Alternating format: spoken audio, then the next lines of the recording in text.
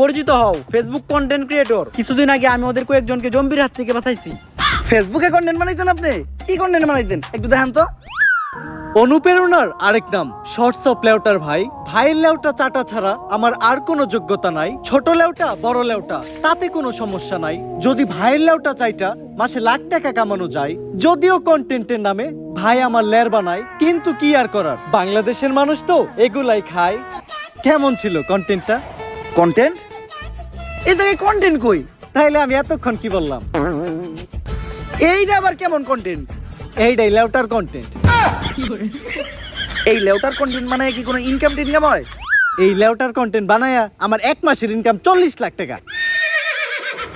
ভাই কোনো মতে কি আমার এই লেউটার কন্টেন্ট বানানো শেখানো যায় না? শোনো, তুমি যদি আমার কাছ থেকে এই লেউটার কন্টেন্ট বানানো শিখতে চাও, তাহলে প্রতিদিন তোমার আমাকে 10,000 টাকা করে পেমেন্ট করতে হবে। কারণ আমি তোমার কাছে আমার টাইম বিক্রি করতেছি।